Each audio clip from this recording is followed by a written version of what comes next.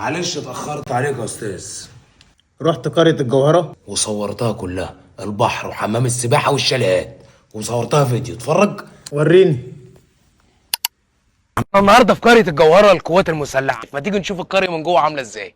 ده طبعا الريسبشن اللي حضرتك هتحجز فيه الشاليه بتاعك او الغرفه بتاعتك، وده المكان اللي حضرتك هتنتظر فيه لحد ما الشاليه بتاعك يجهز. بينا بقى ندخل جوه عشان نشوف البحر وحمامات السباحه. بس قبل ما نروح على البحر لازم اعرفك ان في مطعم بيعمل جميع انواع المشويات. ما تيجي نشوف المطعم من جوه. عاملين على الاكل خصومات للعائلات والاعداد الكبيره. وقفت ليه الفيديو يا استاذ؟ انا عايزك تتفرج على الفيديو كله. قبل ما اكمل الفيديو انا عايز اعرف التذكرة بكام؟ ب50 جنيه. 50 جنيه؟ ده انا اكمل الفيديو بقى. لو طلعنا بره المطعم هنقابل الماركت ده، بينه وبين حمام السباحه 3 متر تقريبا. نشوف حمام السباحه اللي هو اخره الساعه 8 مساء. تيكت حمام السباحه رمزي جدا، يعني حضرتك لو جاي قريه الجوهره انت وعيلتك. هروح انا وعيلتي اقعد على البحر. ما جبتيش يا عم سيرة الشاليهات اصلا. برضه وقفت الفيديو. دايما مستعجل كده. اهي الشاليهات بقى في الحته اللي جايه.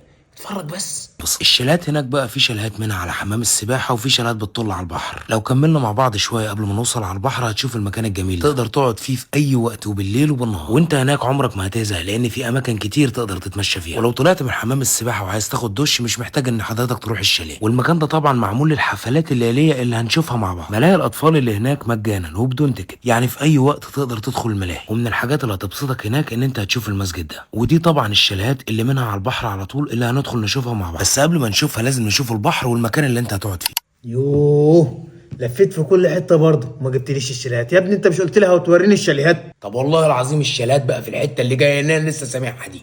بص بقى الحته دي. ماشي يا سيدي. الناس اللي هتسألني على العنوان الإسماعيلية فايد قرية كسفريت. في هناك شاليه غرفتين، وكل الشاليهات اللي هناك مكيفة، مفيش حاجة هناك اسمها مراوح. وأي تفاصيل حضرتك عايز تعرفها أكتر من كده هتكلم الريسبشن وهيبعتولك كل اللي حضرتك عايز تشوفه. بس انا كده اتفرجت. عايزك بقى تقول لي ايه قصة التذكرة ام 50؟ وفصص لي كده يا باشا. عاملين عرض من النهاردة لحد يوم 25/5، التذكرة 50 جنيه. يعني اخرهم في ال 25 جنيه دي لحد 25/5. في حاجة تانية عايز تعرفها؟ عايز اعرف العنوان بالتفصيل عشان بكره الصبح هاخد عيالي واطلع على قرية الجوهرة.